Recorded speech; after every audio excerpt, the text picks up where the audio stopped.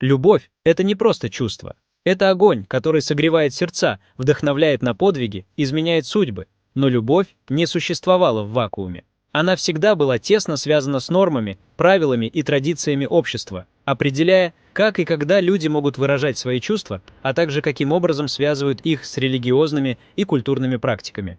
От античных мифов до современных обычаев любовь и традиции неразрывно переплетались, что делает их исследование невероятно увлекательным. Исторические примеры любви и традиций, античность, мифы и реальность. Античность оставила миру яркие примеры того, как любовь может переплетаться с трагедией и философией. В греческой мифологии любовь часто приобретала формы высоких и недостижимых идеалов. История Орфея и Эвридики – это история любви, которая заставляет идти за любимым человеком в самое сердце смерти. Для Орфея любовь была выше всего, даже жизни, и он готов был потерять себя ради любви. А миф о Эросе и Психее – это целый путь испытаний, через которые проходит любовь, чтобы обрести гармонию и покой. Для Платона любовь была не просто страстью, а стремлением к идеальному, к красоте и добродетели. В его философии любовь – это дорога к высшему знанию, а не просто физическое притяжение. Римская любовь, с другой стороны, была более прагматичной и тесно связана с семейными и политическими интересами. Несмотря на это, римские поэты, такие как Катул, умели вдохнуть в римские отношения частицу романтики, создавая в своих стихах яркие образы любви и страсти. Средневековье, рыцарская любовь и религиозные идеалы. Средневековье часто воспринимается как эпоха строгих моральных норм, но именно в этот период возникает концепция рыцарской любви. В рыцарском обществе любовь становилась почти священным идеалом, любви, которая требует подвигов и самопожертвования. Этот культ рыцарской любви возвышал чувства, делая их недостижимыми, а любовь часто оставалась платонической. Рыцарь, верный своей даме, совершал подвиги, боролся за ее честь и достоинство, несмотря на невозможность быть с ней. В то же время церковь играла важную роль в организации и освящении браков. Брак становился священным союзом, заключенным перед Богом, и становился важнейшим элементом социальной структуры. Эпоха Возрождения – любовь как искусство. Возрождение подарило миру новый взгляд на любовь. В это время любовь стала вдохновением для художников, поэтов и философов. В произведениях Шекспира, таких как трагедия «Ромео и Джульетта», любовь приобрела трагическую окраску, став символом страсти, которая не признает преград. Для Данте любовь к Беатриче стала высшей целью, чистой и возвышенной. Философы эпохи Возрождения начали акцентировать внимание на индивидуальности и личных чувствах, что постепенно меняло общественные нормы по отношению к браку и любви. Традиции, связанные с любовью в разных культурах, брачные обычаи, свадьбы всегда были наполнены символами, ритуалами и обетами, которые символизировали единство и верность. В Индии, например, свадебные церемонии включают обряд 7 кругов вокруг священного огня, символизирующего 7 обещаний между женихом и невестой.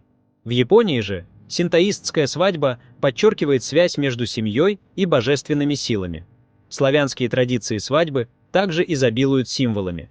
Каравай, венок, рушники – все эти элементы символизируют благополучие, чистоту и единство. Каравай – это не просто хлеб, а символ изобилия и счастья. Венки – знак девичьей чистоты, а рушники – защита и гармония в семье. Праздники любви. День Святого Валентина, Иван Купала, китайский праздник Джунцю и другие.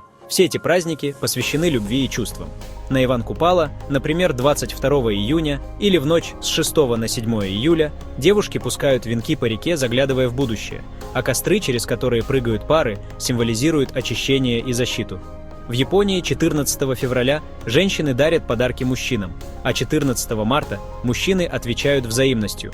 Праздник любви в полной мере демонстрирует тонкую взаимосвязь и внимательность в отношениях. Символы и дары любви. Обручальные кольца, цветы и подарки. В каждой культуре символы любви носят особое значение. Кольцо, например, символизирует бесконечность, а красная роза – страсть. Цветы, такие как лотос в Азии, ассоциируются с чистотой, в то время как в Европе они с глубокими страстными чувствами. Эволюция отношений и взглядов на любовь. С развитием общества любовь претерпела значительные изменения. В XVIII-XIX веках романтическая любовь становится основой для брака. Женщины начинают играть важную роль в выборе партнера, а в XX веке развод перестает быть табу. Культуру любви начинают формировать не только традиции, но и социальные и культурные изменения. Современные изменения. В наше время любовь принимает разные формы, от традиционных браков до свободных отношений и полиамории. Развитие технологий и глобализация стирают географические границы, позволяя людям из разных уголков мира строить отношения через социальные сети и онлайн-знакомства. История любви и ее традиций – это не просто история об отношениях между людьми. Это история человечества, его культуры, стремлений и мечтаний. Каждая традиция, каждый обряд – это кусочек прошлого, который помогает нам понимать настоящее. Ведь любовь – это не только сила, движущая миром, но и вечный символ того, как чувства переплетаются с культурными практиками и создают пространство для нового, необычного и прекрасного. Исторические примеры влияния традиций на сохранение семьи и динамику разводов. На протяжении веков традиции играли важную роль в формировании и проявлении любви, а то, как эти обычаи сохранялись или изменялись, сильно влияло на динамику семейных отношений в разных странах. История любви – это не только история чувств, но и история культурных норм, которые формируют будущее. Древний Египет – символы любви и вечности. Египетская культура всегда была тесно связана с символизмом. Обручальные кольца, которые мы знаем сегодня, появились в Древнем Египте, где кольцо символизировало бесконечность, цикличность времени и вечную любовь.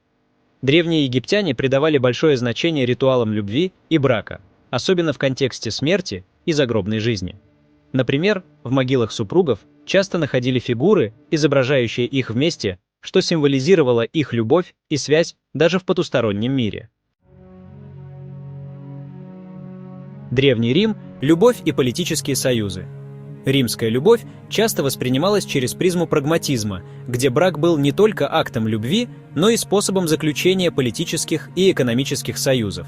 В Древнем Риме браки между знатными семьями часто заключались для укрепления политических позиций. Однако римские поэты, такие как Катулл, воспевали личные чувства, что показывает, что любовь и романтика также играли свою роль в римской культуре. Япония – языческие традиции и их влияние на любовь, которые сохранились с ведических времен. В Японии любовь и брак имеют глубокие корни в языческих традициях, которые в значительной степени сохранились до наших дней. Японские свадебные обряды, например, сохраняют элементы древних ритуалов, символизируя единство двух душ в контексте природы и духовного мира. Свадьбы в Японии традиционно проходят по синтоистскому обряду, который связан с почитанием природных сил и духов предков.